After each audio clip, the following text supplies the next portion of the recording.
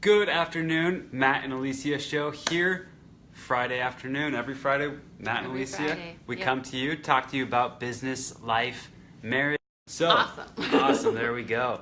But Matt and Alecia show, so today we're talking to you about purpose-driven goals.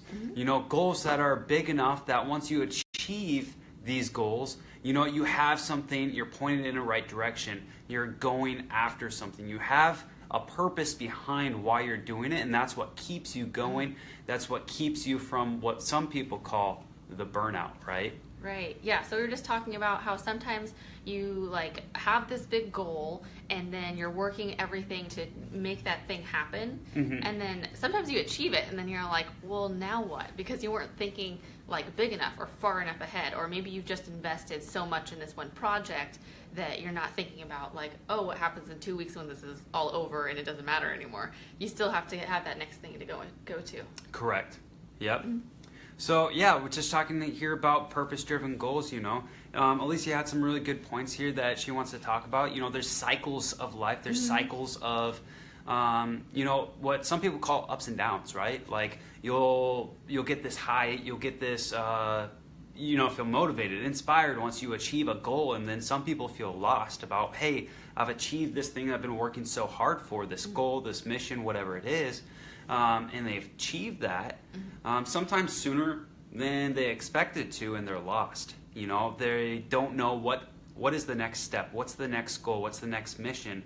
And if you're not living your life on mission, if you're not actually working towards something, you know, if you don't have a goal that has purpose behind it, then a lot of people get lost, and that's what creates these ups and downs. And so what we're talking about today is how to stop those ups and downs from happening, right?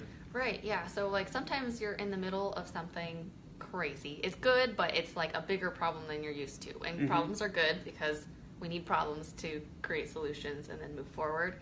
But sometimes in the middle of that, it feels crazy. It feels like you don't have control. You don't know what's going on. You don't know how it's going to turn out. But in reality, a week later or 5 minutes later, you're like, wow, I really let myself not have control of that situation. So taking control, just being really present and being able to look towards the future and align all of those things to make it happen. I love it. You know, control is a big thing. A lot of people are afraid of control. They're afraid of, you know, being that micromanager. And we're encouraging you to be that, to be a micromanager of your life, to have full control, not letting people control you, not letting others control your environment, but being able to control yourself. And by doing that, and aligning everything that Alecia is talking about here, you can actually get that goal, that mission, whatever it is, and be on track, be on purpose.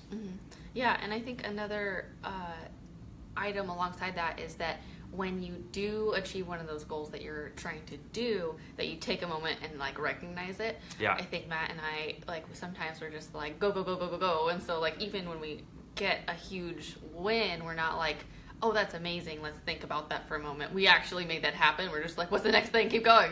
And so I think it can go both ways. You need to be able to strive to move forward, and at the same time you need to kind of recognize how far you've come, so that way you don't feel I guess burnt out just because you never feel like you're moving forward if you don't recognize that you are moving forward.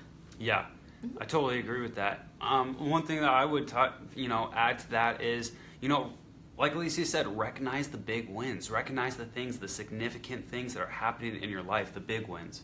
You don't need to recognize the small wins, right? There's things that you do that are expected of you. It's your job. It's in your life. It's your role that you play.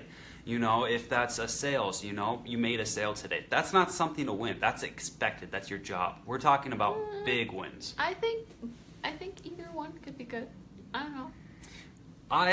That's where we disagree a little bit. Tell me about it. Which is fine. That, you know, I don't think that you should celebrate things that are expected.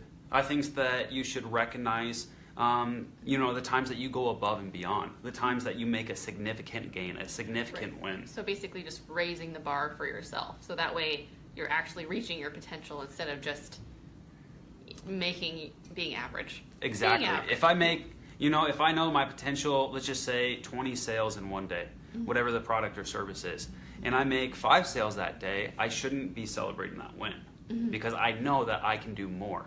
So that's what I'm talking about. Mm-hmm. Like maybe we do too much hand holding sometimes for ourselves. Exactly. Like too easy on ourselves. Yeah. So I think it just depends on where you're at. Yeah. Like if you're, yeah. Well, thanks for joining us. It's been Matt and Alecia show here Fridays. Every Friday we come to you live to talk to you about business, life, and everything. Mm-hmm. You have anything else you want to add, Alecia? That's it for today. Right on. Well, thank you for joining. I appreciate you.